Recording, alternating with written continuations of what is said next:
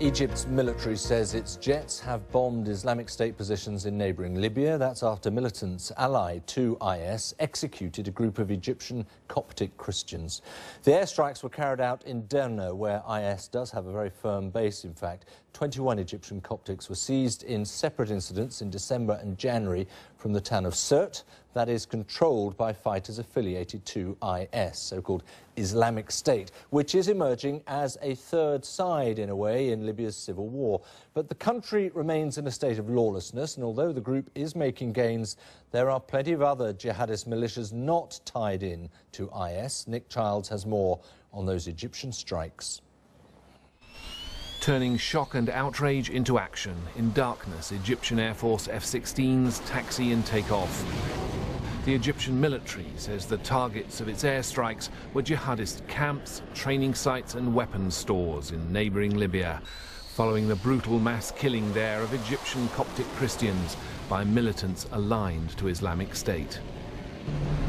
In the Egyptian capital, Cairo, Egyptians had woken to angry newspaper headlines calling for revenge. I swear this is a criminal terrorist act done by people who have absolutely nothing to do with religion. And personally, I didn't sleep last night after what happened. All Egyptians couldn't sleep, and I'm very happy with President Sisi's reaction. It gives the whole world a horrible and disgusting image of Islam and Arab countries. This is imposed on us by foreign countries, or terrorist groups to be more specific. A recent attack on a major hotel in the Libyan capital Tripoli, claimed by Islamist militants, had already fueled fears that jihadists pledging loyalty to Islamic State are gaining an increasing foothold here as the country descends further into chaos, lawlessness and battles between militias following the overthrow of Colonel Gaddafi in 2011. The latest events will surely stoke those fears further.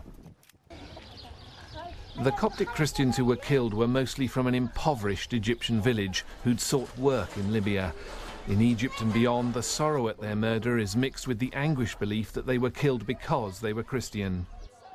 There was a statement made in that hideous video that said that this was being done as a retaliation because of what they were calling Coptic crusaders, a ridiculous notion where Coptic Christians were forcefully converting Muslim women to Christianity, which is just unfounded, unbelievable.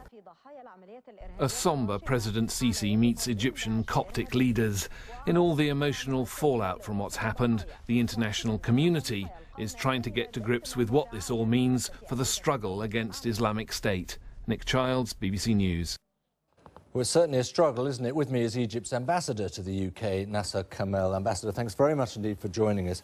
Now, these Copts who were taken by IS, we know that was back in December, and we know a lot of their families and friends were pushing the government to do something a lot earlier than this. Do you feel there is more than a grain of responsibility that Egypt didn't act sooner?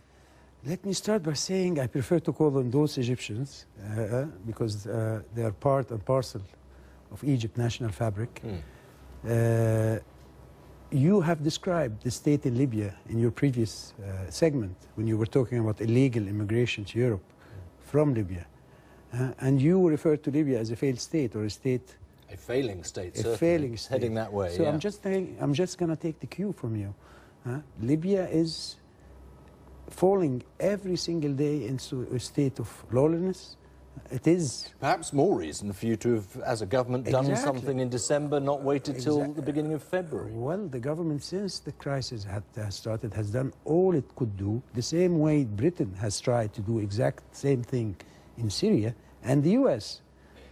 But when you're talking about 21 Egyptians, though, here, in this case. Of course, and we were talking about British citizen, American citizen. Terrorism strike you, and sometimes you can act to prevent, sometimes you can't. That's why we need to get together.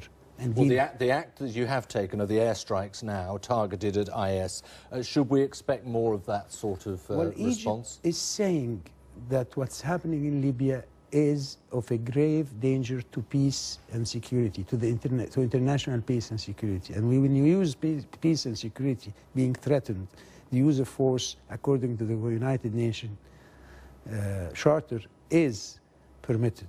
So in that sense, Egypt would not shy away from taking actions to deal with that threat.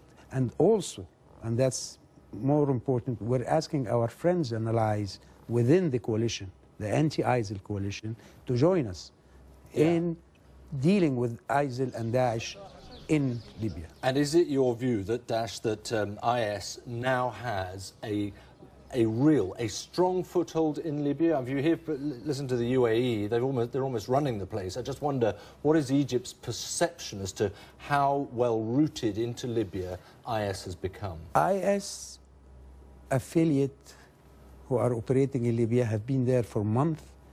In Derna, where we attacked today, lately in the last couple of weeks, they are in control of Sirte, on the shore of the Mediterranean. You know how far Sirte is from Italy? It's 300 kilometers from Italy. Those boat people who go for immigration purpose and try to cross the Mediterranean, in the next few weeks, if we do not act together, there will be a boat full of terrorists also trying to cross the Mediterranean. Right. You want help from other countries. I understand that. Or to work together, let's put it that way. Yeah, work together. It's not a matter of asking for help. No, Egypt is quite capable of dealing with it.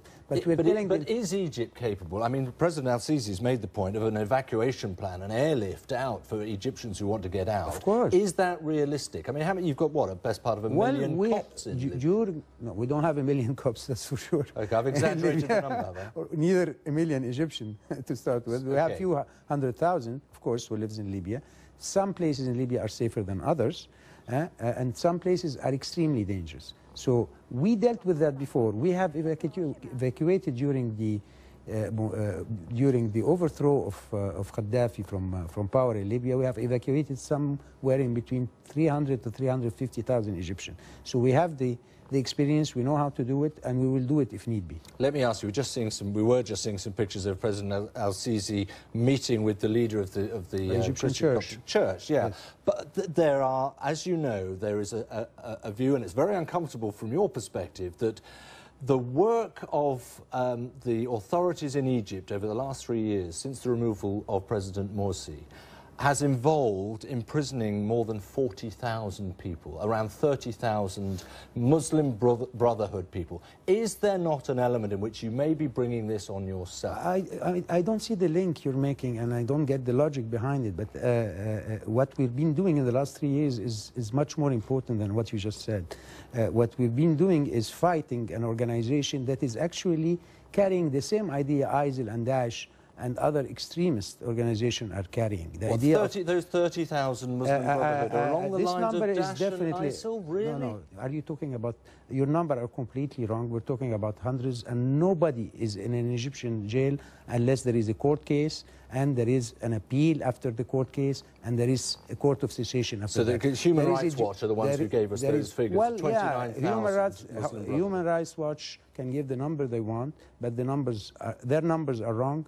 And there is a due process, and we've seen cases where justice has freed so many people and others are being tried, and those are people who have committed act of violence against... but mass sentences, death sentences. All those mass sentences. You tend to forget that most of them has been overturned by the appeal courts.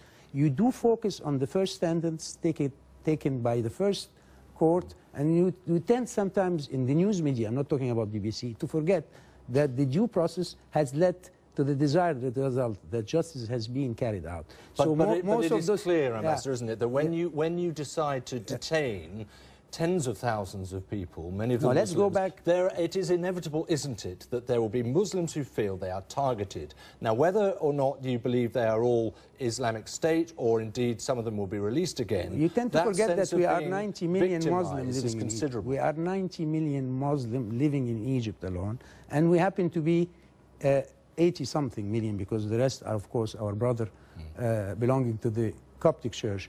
And you tend to forget that the overwhelming majority of those Egyptians are backing this government because they know that we were in the brink of losing our identity. We were fought by an organization which had a fascist ideology trying to impose a way of life and a way of thinking on Egyptians. And in the midst of that, some of their elements have resorted to violence, and the government had to take action within the law and not Ambassador, outside the law. We're going to have to leave it at that point, but thank you very much indeed for joining me and dealing with those issues. Many thanks. And thank you for watching Global. Stay with us here on BBC World News.